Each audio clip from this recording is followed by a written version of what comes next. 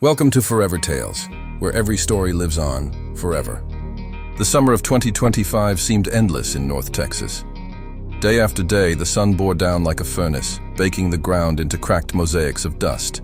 Livestock clustered under the thinnest patches of shade, while farmers watched their crops wither under a sky that refused to give even a hint of rain. For locals in towns like Graham, Strawn, and Palo Pinto, the weather wasn't just an inconvenience, it was becoming a threat. Water levels at Possum Kingdom Lake dropped to alarming lows, docks sitting high and dry above shrinking shorelines. Ranchers hauled water in tanks to save what cattle they could. The heat was unyielding. Weather forecasts repeated the same grim message. Highs near 104 degrees, no significant rainfall expected. By the end of September, it felt as though summer had never ended. Older residents remembered droughts from decades past, but even they admitted this one was different. Children who once played freely outdoors now stayed inside, their parents warning them of heat stroke and rattlesnakes searching for water near homes. The land itself seemed alive with tension, waiting for the smallest spark. And that spark was coming.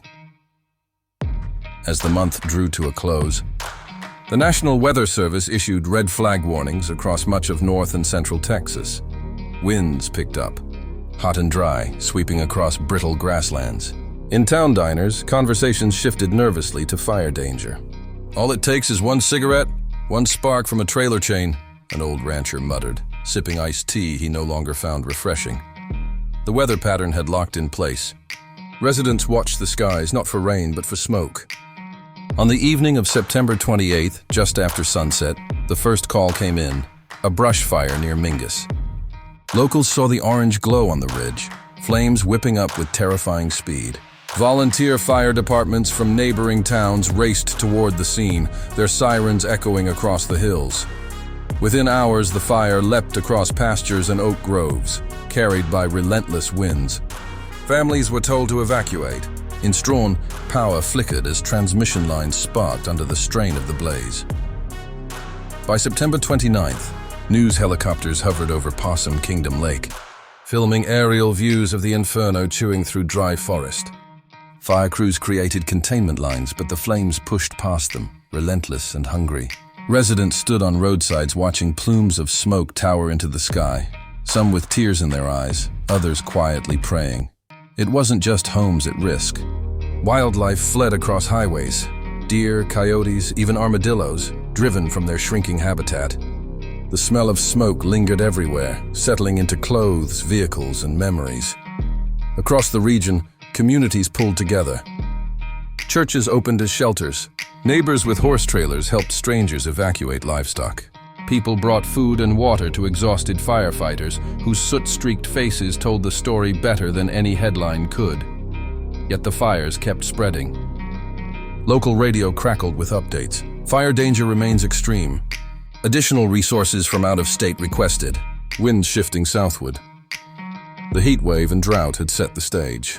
Now the land was burning. By September 30th, the situation in Texas felt like a standoff between man and nature.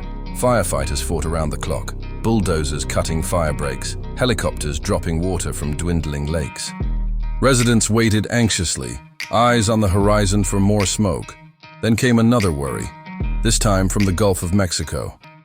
Meteorologists tracked a tropical disturbance near the Yucatan Peninsula, slowly organizing into what could become a tropical storm. For Texas, the thought brought both hope and fear. Rain could help douse the flames, restore some relief to parched land. But if the storm strengthened too much, it could bring destructive winds, flash floods, and chaos layered atop already stretched emergency crews. At the National Weather Service office in Fort Worth, forecasters worked overtime, analyzing satellite images and model runs. It could curve toward Louisiana, or it could drift west toward the Texas coast, one meteorologist explained on the evening news. Residents across the state watched nervously, refreshing weather apps, scanning the cone of uncertainty. In Possum Kingdom, ranchers stood under smoky skies, discussing the possibilities.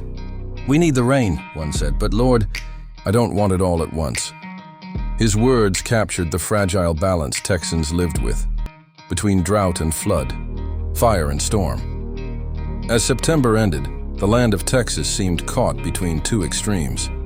Fires still smoldered in the hills, while far to the south, the tropics stirred with energy. No one knew what October would bring, but everyone understood one truth. In Texas, the weather was never just background, it was destiny.